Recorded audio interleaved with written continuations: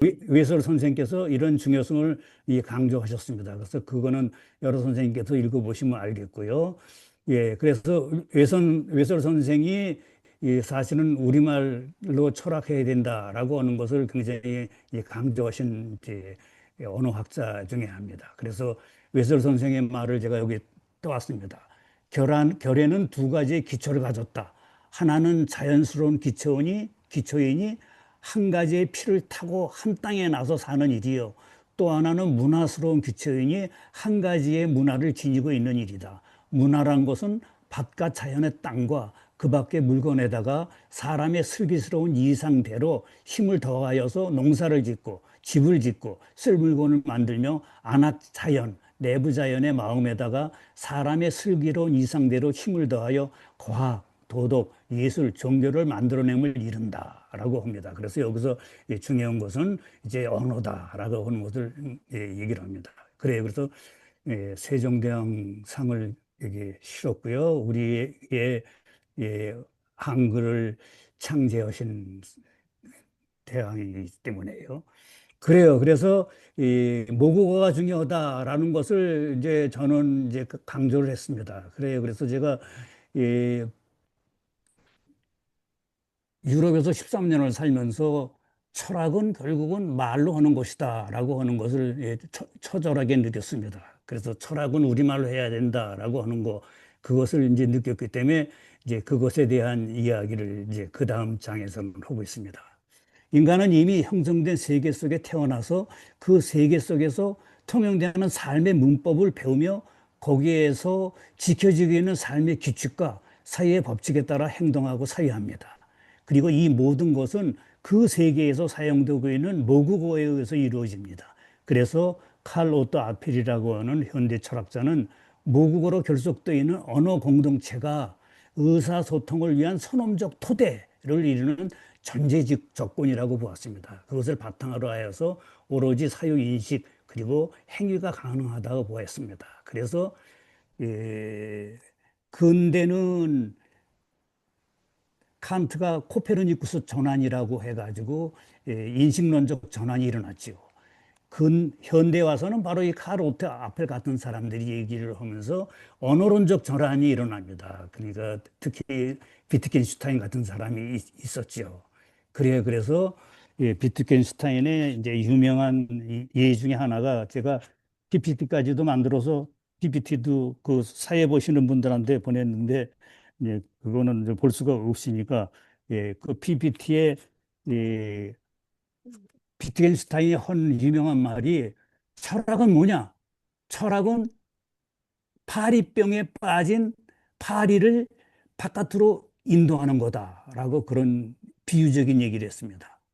그러니까 파리병 여러분들이 기억이 나시죠? 파리병은 밑에 뭐 미끼 비슷한 음식을 놓고 그 음식을 먹으러 파리가 들어왔다가 위로 날아 올라가다 보면 파리병 속으로 들어가는 거예요. 근데 파리병 속이 유리병이기 때문에 바깥이 투명하게 보이니까 그 안에서 바깥으로 나가려고 그러지만 계속 유리벽에 부딪혀서 나가지는 못합니다.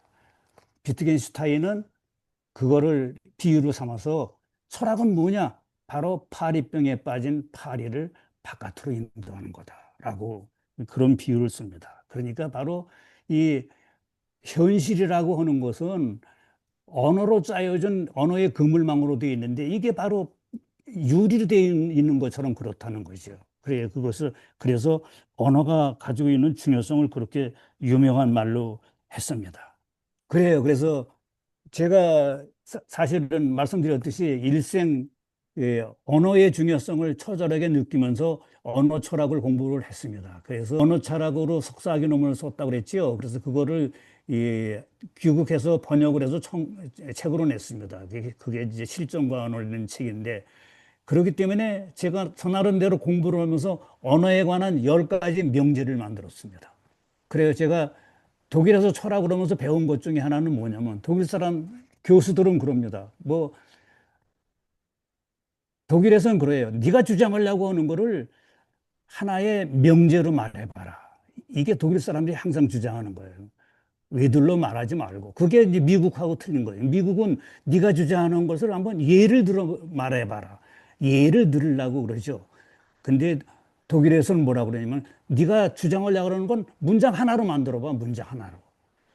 군더더기 소리 하지 말고 이런 식입니다. 그래서 저는 독일에서 그런 걸 이제 열심히 배웠기 때문에 뭐를 하고 나면은 꼭 명제로 나름대로 뽑아봅니다. 그래서 제가 언어에 관해서 공부하면서 20년을 공부하면서 저 나름대로 언어에 관해서 10개의 명제를 뽑아낸 게 지금 여기 있는 겁니다.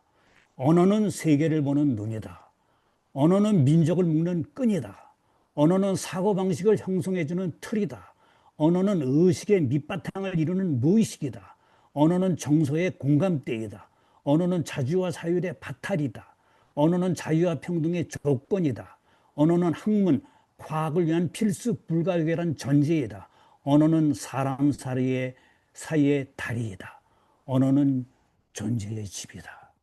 예, 이것이 제가 예, 일생 동안 공부하면서 전하는 대로 10가지의 명제로 뽑아본 겁니다. 그런데 지금 제가 한 이것을 이 우리말을 열심히 연구하시는 분들이 있었습니다. 그분들이 작년에 낸 책이 뭐냐면은 이 두꺼운 책입니다. 이 두꺼운 책. 제목이 보이나요? 푸른 배달 말집이죠. 예. 푸른 배달 말집. 작년에 나왔고 1600페이지 정도가 됩니다.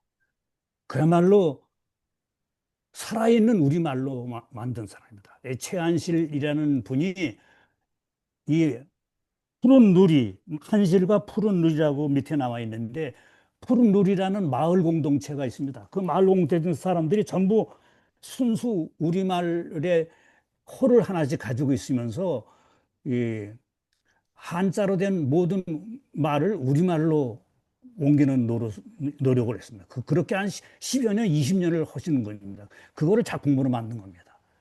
그래요. 그분이 제가 한 이 10가지 명제를 그분들 나름대로의 순수 우리말로 바꿨습니다. 그래서 저는 정말로 감격을 했습니다.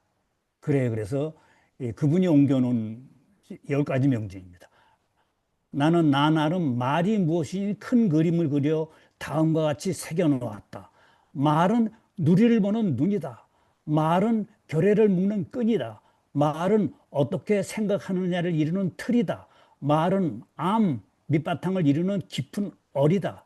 말은 느낌을 함께 나누는 띠이다. 말은 홀로 서고 스스로 다스리는 바탈이다. 말을 갖춰야 홀가분하고 고르게 된다. 말이 있어야 갈을 할 수 있다. 말은 사람 사이 다리이다. 말은 사람으로 살게 하는 집이다. 예, 그래요. 그래서 지금 이제 우리말로 철학해야 한다라고 하는 것을 이렇게 예, 그야말로 민족들이 깨닫기 시작했다라고 하는 것을 저는 이제 느끼고 진짜 이분들한테 감사를 드립니다. 예, 그게 이제 제가 그 다음에 얘기한 거고요. 그래서 여기서 제가 이제 몇 가지를 뽑아서 우리말로 철학을 해야 할 당위로 몇 가지 뽑았습니다. 첫째로 이 제목은 우리말에 대한 학문적 정리 작업의 요청과 그것을 마주보는 철학측의 지대한 관심을 나타내고 있다. 우리말로 철학해야 된다라고 하는 거. 둘째로 우리는 언어와 사유의 관계, 언어와 사상의 연관성에 주목을 해야 한다라고 하는 거. 철학적인 문제도 항상 일정한 목표설정을 맞춰본 어느 누구를 위한 문제라고 하는 것을 염두에 둬야 한다.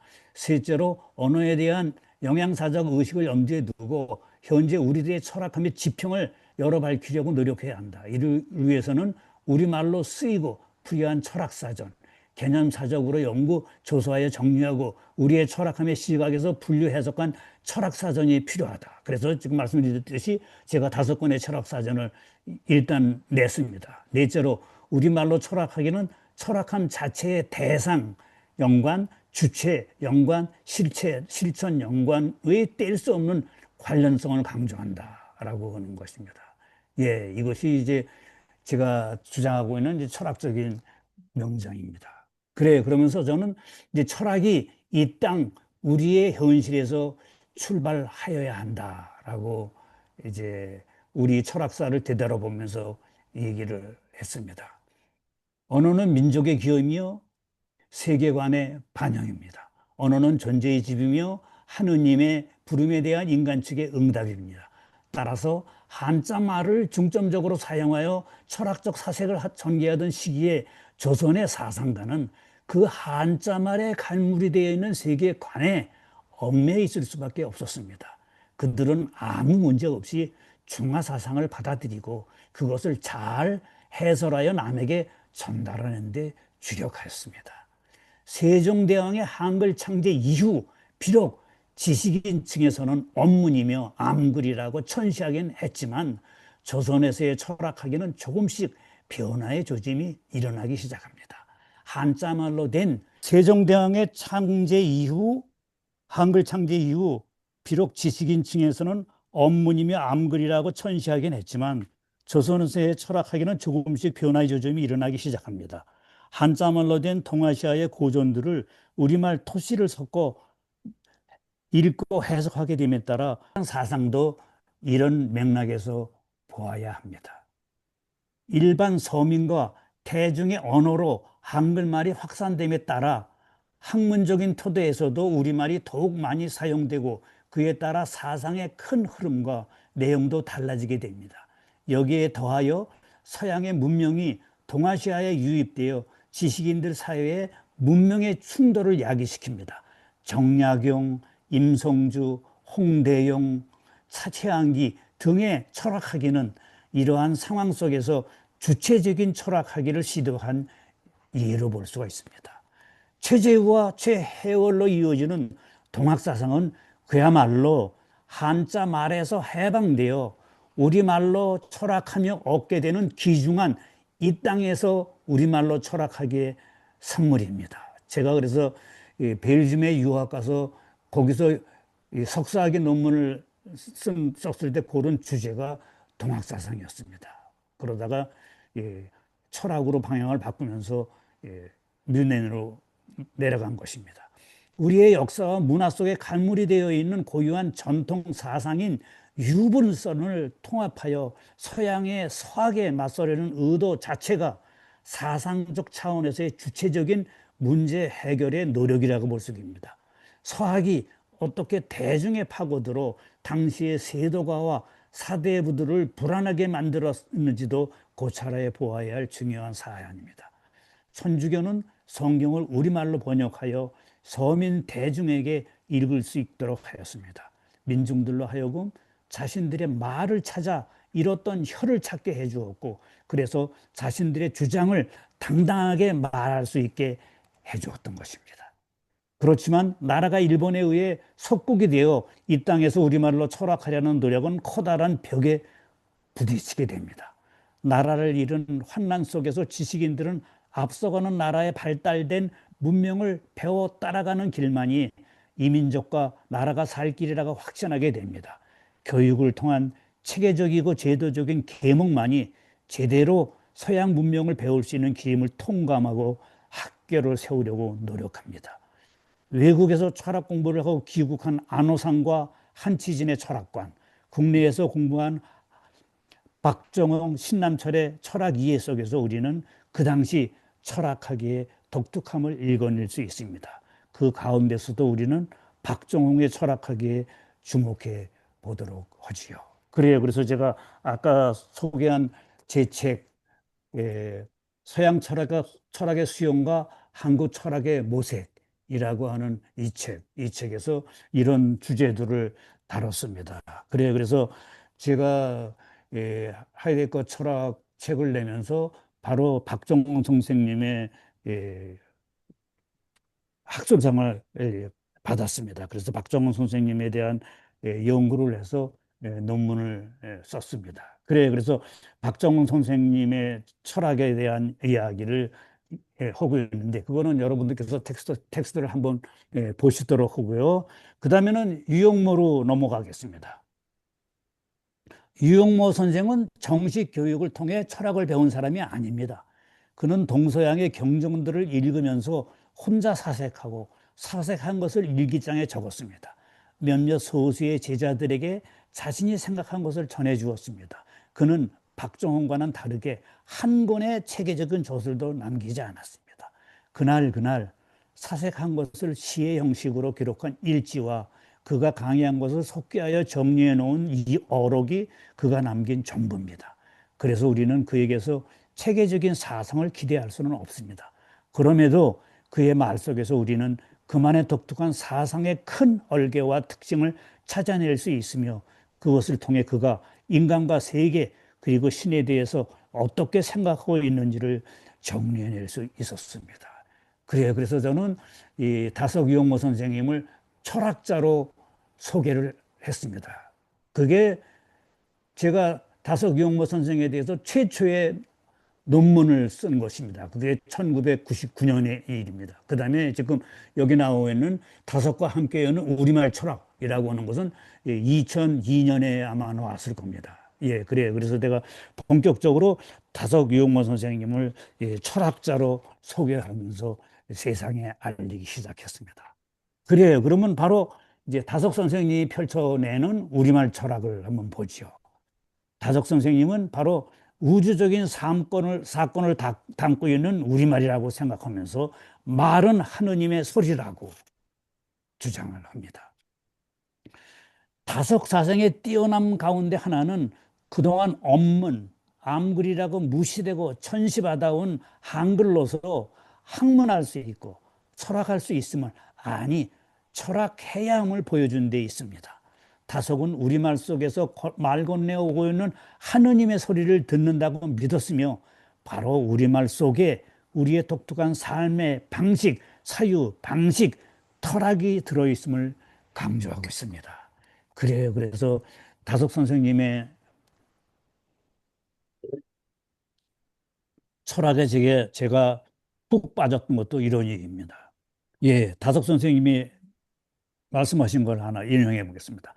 말을 보이게 하면 글이고 글을 들리게 하면 말이다. 말이 글이여 글이 말이다. 하느님의 뜻을 담는 신기여 제기이다.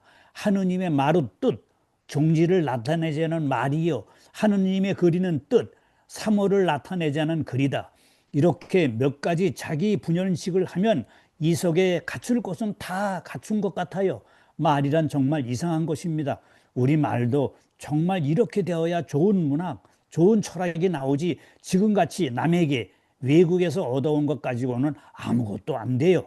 글자 한자에 철학개론 한 권이 들어있고 말 한마디에 영원한 진리가 숨겨져 있어요.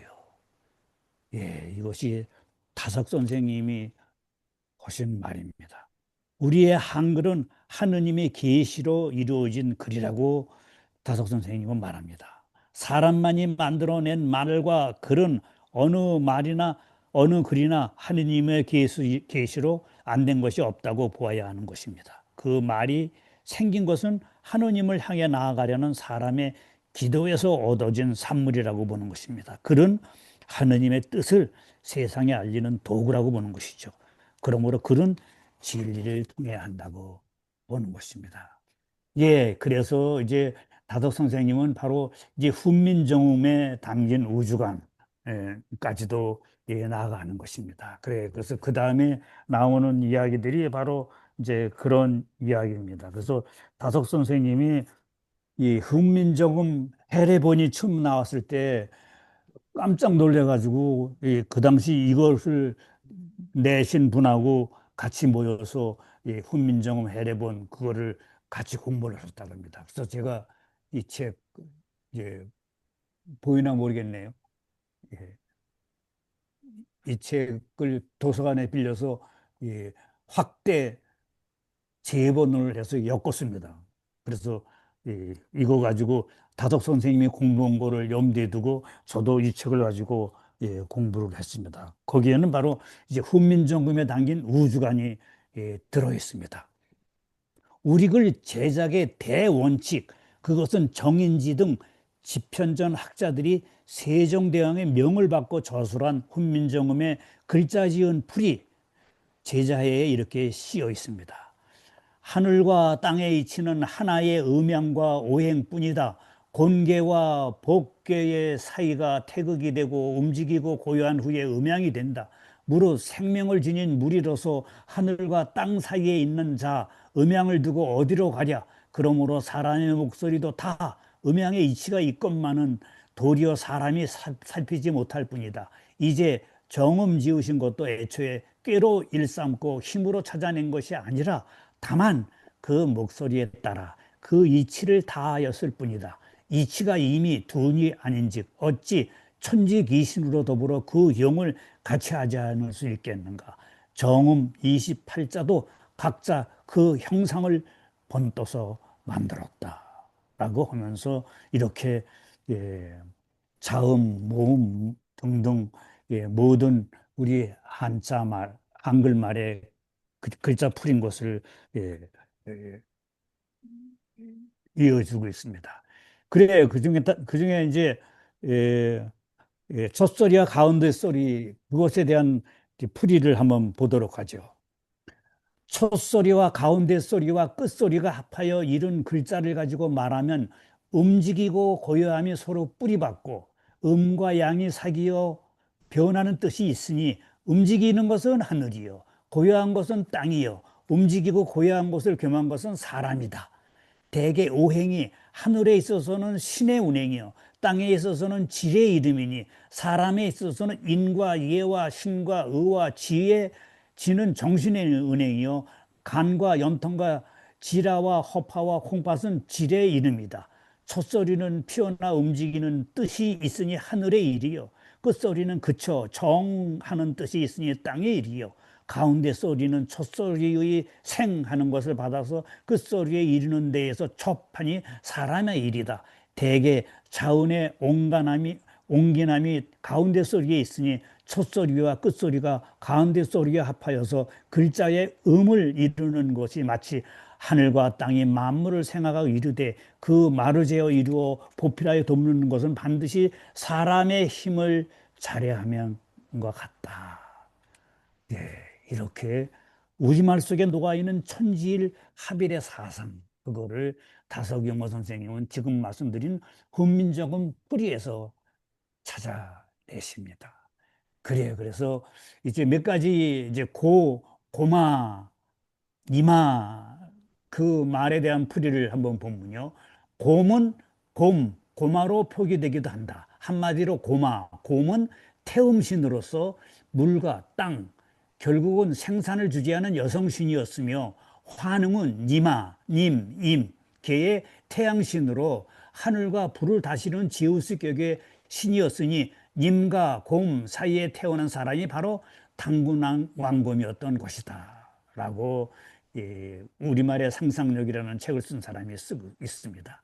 고마와 니마, 하늘신과 땅신. 고마는 태음신을, 니마는 태양신을 드러내는 대립경입니다. 그래서 니마는 태양, 앞, 붉은색, 불, 남성, 여름, 헛소리, 군왕, 남칠성, 낮, 벌판의 뜻을, 당군, 왕검은 고마, 니마와 연결이 됩니다. 당군은 비는 제사장이고 왕검은 임금으로서 님, 니마, 태양신, 금, 고마, 태음신으로 풀이가 됩니다. 결국은 태양신 니마와 태음신 고마가 제세진화된 부족 대표자가 바로 당문신인 것입니다. 당군왕검인 것입니다. 상대방을 님이라고 부르는 우리의 관습은 태양신과 같은 존재로 본다는 이 의식이 그 인비 바탕에 있으니 참으로 소중한 인본주의의 드러냄이라고 볼 수가 있습니다. 그래요. 그래서 우리말에 고맙다라고 하는 말이 얼마나 깊이 있는 의미인지를 알 수가 있습니다. 그래요. 그럼 이제 제가 우리말 이제 말놀이에서 얼과 알 그리고 얼굴이 있는데 그거는 여러분들께서 이제 한번 읽어 보시면 되겠고요. 그래요. 그 다음에 이제 에, 거기 다석 선생님의 시를 이제 풀어놓은 거 있습니다. 다석 선생님은 그 세모밀지 이런 식으로 일지를 쓴 것입니다. 나들이라고 하는 일지, 다섯 일지의 글인데 1956년 2월 8일자 쓴 겁니다. 가 나들이 뭐 봤소 조차 코토피 하이 가나들이 뭐 봤소 조차 코피 피힌 힘힘 간이 누굴 힘. 예, 이게 다섯 일지에 나오는 시입니다. 그러니까 그야말로 하늘의 말을 받아 적은 것 같은 거예요. 그냥 봐서는 알 수가 없습니다. 다섯 개 제자인 김은거 선생님이 이걸 이렇게 풀이했습니다. 가 나들이 뭐 봤어? 나들이 여행을 가서 무엇을 보았느냐? 하느님을 보아야 하지 않느냐? 하느님을 보고 하느님을 조차 커지고 터지고 피어야 되지 않느냐? 인간의 목적은 하느님을 보아야 한다. 인간은 하느님의 형상대로 지음을 받았다. 인간은 하느님처럼 커지고 터지고 피어나서 자유로울 수가 있다. 또 한 번 가서 나들이 가서 무엇을 보았소? 하느님을 보아야지. 하느님을 보면 하느님의 형상에 따라 커지고 터지고 피어나서 힘있게 독립하고 자유롭게 힝하고 날 수가 있다. 간이 하느님 앞에 간이 누구나 힘을 얻고 힘을 댈 수가 있다. 간이 누구나 힘이다. 예, 이렇게 풀이를 했습니다. 예, 그래요. 그러면은 이제 제 글의 마지막 예, 단락이 되겠습니다. 우리 글에는 하늘의 계시가 있음이 분명하다라고. 그래서 저 나름대로 이제 맘, 미음에 대한 이제 풀이를 해봤습니다. 우리말의 몸은 모든 것이 모여 있음을 형상하고 있습니다. 우리말로 말놀이를 할 때 다음과 같이 얘기할 수가 있습니다. 기억에서 대표적인 중요한 말은 가다입니다. 모든 것은 남아있지 않고 다 갑니다. 차이가 있다면 얼마나 오랫동안 있다가 가는가 일 뿐입니다. 그런데 가기만 한다면 모든 것은 다 없어져 버렸을 것입니다. 그러기에 가는 것이 있으면 나는 것이 있어야 합니다. 니은은 나다입니다. 이처럼 가고 나고 하는 것이 우리들의 삶의 세계입니다. 가온 찍기는 가고 나서 가고 오는 그 가운데에 태극점을 찍은 것입니다. 이것이 다석 선생님이 즐겨 쓰는 가온입니다. 디귿은 니은에 덮개를 하나 씌운 것입니다. 나서 되고 나서 되는 되풀이를 생각하면 됩니다. 디귿은 되다며 되어가는 것입니다. 되어가는 것을 강조하여 됨됨이라는 말도 생겨났습니다. 리을은 그야말로 기역, 니은, 디귿이 다 합쳐진 것입니다. 가고 나고 되어가는 계속되는 모든 끊임없는 변화와 활동 그 자체를 뜻합니다. 다석은 그러기에 리을에 태극점을 짓습니다. 이것은 한자의 중과 같다고 하였습니다. 우리말에서 리을이 들어가는 것은 모두 다 변화를 간직하고 있습니다. 알, 얼, 깔, 꼴, 일처럼 리을이 들어가는 것들은 변화를 내포하고 있습니다. 그리고 살살, 솔솔, 탈탈, 털털처럼 변화와 활동을 표현한 비유사에는 어김없이 리을이 들어 있습니다. 변화가 모인 것이 근데 미음입니다. 우리말의 몸에서 아래의 미음은 땅을 모은 것이고 위의 미음은 하늘을 모은 것입니다. 우리의 몸은 하늘과 땅을 모은 것입니다. 우리말 몸에는 미음에 담겨있는 움직임의 원리까지 간직되어 있습니다. 이것은 우리말의 닷소리를 가지고 한 말놀이입니다. 이처럼 우리말에는 나름대로의 철학이 깃들어 있습니다. 그리고 그 속에 오행이 들어 있습니다. 미음은 오행에서 흙, 토에 해당이 됩니다. 기역은 나무, 목에, 니은은 불, 화에, 시읒은 새, 금에, 이응은 물수에 해당이 됩니다. 이렇게 한글 속에는 우리의 고유한 삶의 철학이 들어 있습니다. 그럼 이제 홀소리를 살펴보죠. 모음은 우리말의 생명이고 그 시작은 아레아입니다. 아레아는 아무것도 없는 텅 빔 속에서 무언가 하나가 막 생겨나오기 시작하는 것을 뜻합니다. 이것은 서양 과학자들의 말을 빌린다면 빅뱅 대폭발입니다. 무에서 유가 생성되어 나오는 것을 말합니다. 그러기에 이것은 하늘의 세계입니다. 하늘인 이 태극점, 이것이 양옆으로 움직이면은 가 되고 그것은 땅을 말합니다. 하늘인 태극점이 위아래로 움직이면 이가 되고 그것이 곧 사람입니다. 우리말은 천지인이 어우러져 모험을 이루며 천지인 하빌의 사상을 간직하고 있습니다.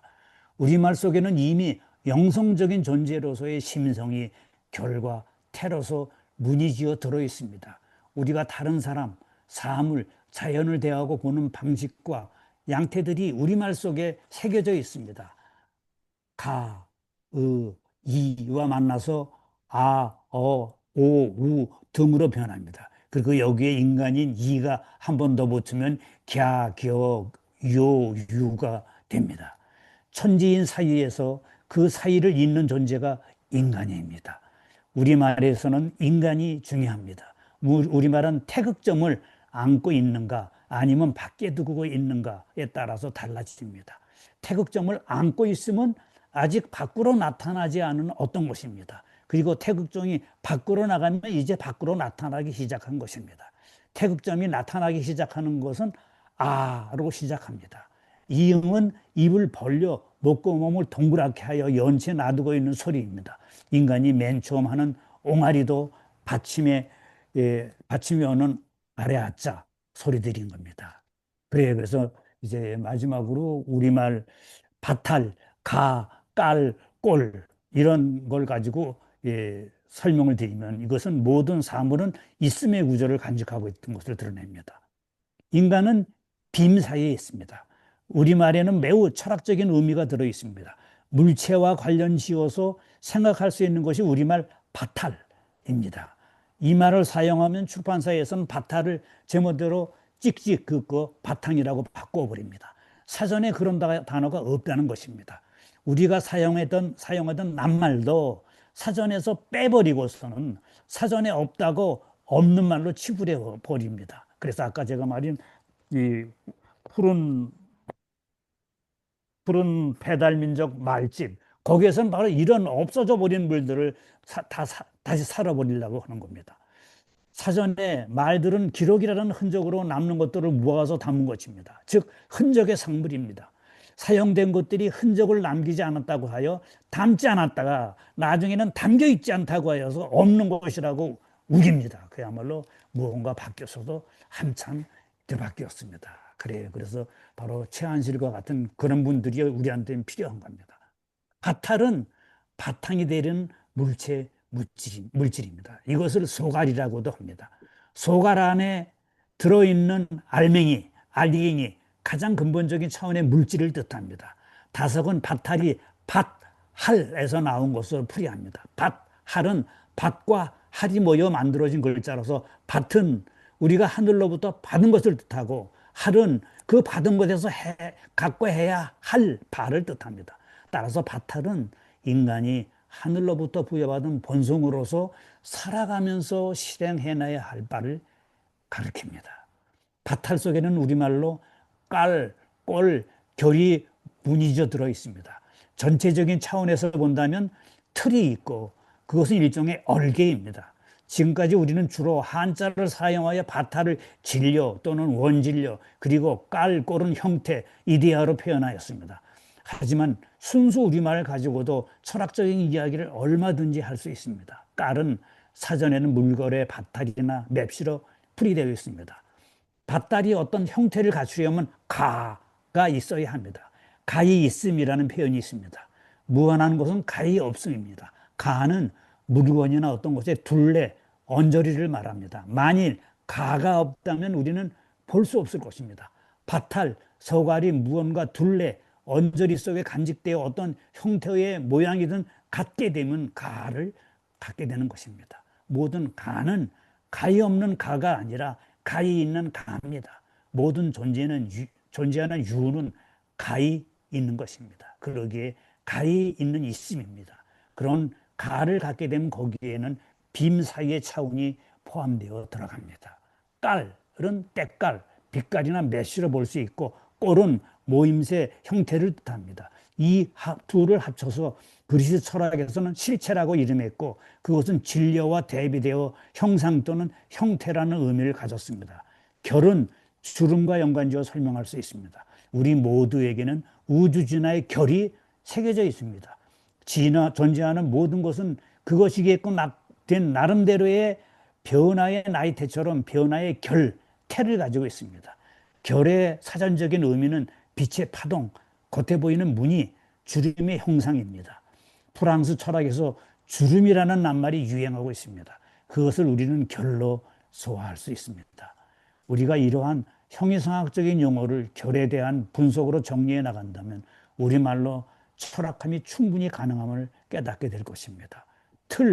얼개라는 구조라고 볼 수 있습니다. 모든 사물은 그 안에 이러한 있음의 구조를 간직하고 있습니다. 즉, 빔 사이에 있는 것은 이런 차원을 다 가지고 있습니다. 바탈, 얼개가 있고 꼴을 갖추면서 그 안에 결이 내포되어 있습니다. 우리의 있음은 고정된 있음이 아니라 끊임없이 됨의 있음입니다. 되어가서 되어서 사물이 이루어진 것을 우리는 됨됨이라고 합니다. 됨됨이는 사람이나 물건의 된 품을 말합니다. 우리말에 이런 좋은 말들이 있으니 그것을 본질, 속성, 존재라는 어려운 말들로 표현해야 할 이유가 없습니다. 모든 사물들에게서 우리는 이런 됨됨이를 볼 수 있습니다. 그래서 저는 이제 사이좋게 사이 나눔이라고 하는 결론을 한번 내려봅니다. 존재하는 모든 것들은 빔 사이에 있습니다. 동양의 사상은 일종의 조화 사상입니다. 천지인 조화, 자연 조화 같은 말에 조화를 순수 우리말로 표현한다면 사이좋게 사이 나눔으로 볼 수 있습니다. 조화의 사상은 바로 사이좋게 사이 나눔을 말합니다. 존재하는 모든 것들이 모든 사이좋게 사이 나누면서 있다면 그것이 바로 조화입니다. 우리말의 사이는 간격, 공간도 의미하지만 모양새라는 의미도 있습니다. 모든 사이에 나타나는 것들이 모양새입니다. 무슨 새는 됨됨이나 상태, 정도 등을 나타내는 전미어라고 할 수 있습니다. 됨됨이와 관련되어 있습니다. 꾸밈새, 쓰임새라고 말합니다. 사이에서 가를 갖고 깔과 꼴을 갖추고 있는 모든 것들은 새의 형태를 가지고 있습니다. 새는 또 새롭다, 새 사람이라는 의미도 담겨 있습니다. 모든 것이 사이에 있는데 사이에 있다 보니 워낙 자연스러워 사이에 있는 것을 사이에 있다고 우리는 생각하지 않습니다. 그러다가 어느 순간 사이에 있음이 눈에 띄게 되면 그것을 새 것이라고 보게 됩니다. 우리는 전에는 눈에 띄지 않던 것이 보이는 것을 새롭다, 새 것이라고 합니다. 참새나 독수리와 같은 새도 사이를 날고 있는 사이에 있는 전형적인 것입니다. 또 사이는 어떤 것을 강조하기 위해 새를 써서 새빨간, 새파란처럼 강조하는 뜻으로 쓰입니다. 이처럼 우리말에는 사이체가 아주 많이 들어 있습니다. 그래서 저는 우리말의 철학의 바탕것을 헐소리, 닷소리 등등으로 해서 풀어봤고요. 그 마지막으로 되어감의 원칙이라고 해서 제가 제 나름대로 마지막으로 결론적으로 정리한 것이 있습니다. 바탈이 바탕에 모여 가에 있는 깔과 꼴을 갖춘 다양한 문이 되어 간다. 끊임없는 되어감 속에서 새겨지는 됨됨이는 문의 특정한 결과 무늬를 만들어낸다. 그것이 그 문의 독특한 바탈과 소갈이 되며 거기에는 됨됨이의 결이 주름져 있다. 문은 바탈과 소갈에 간직되어 있는 결을 풀어나간다. 끊임없는 됨과 푸름, 되풀이 속에 됨됨이가 이루어진다.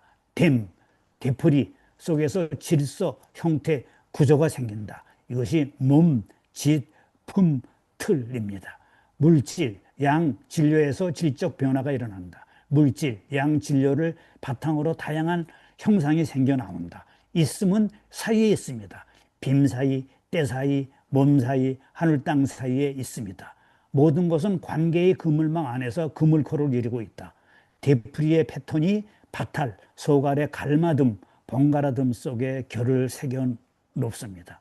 됨됨이 속에는 깔과 꼴, 그리고 결이 응축되어 있습니다. 그래서 있음, 모음, 되어감, 됨됨이 부대낌, 되풀이, 물음, 되사김, 배움, 되먹임, 암, 삶, 살림 등등 우리말로 풀이를 할 수가 있습니다. 마지막으로 다섯 개의 감탄을 되새겨 봅니다. 우리 한글은 참 이상합니다. 우리말에는 하늘의 계시가 있는 것 같습니다. 으로 세상을 표시하고 점을 찍고 신발짝을 올려놓으면 누가 되고 사람 시옷을 올려놓으면 수가 되며 원이나 무한을 올려놓으면 우가 됩니다. 곧 누수우가 됩니다. 세종대왕이 한글을 만들 때 이것을 생각했는지 아니면 우연인지는 몰라도 우리 글에는 무슨 하늘의 계시가 있으니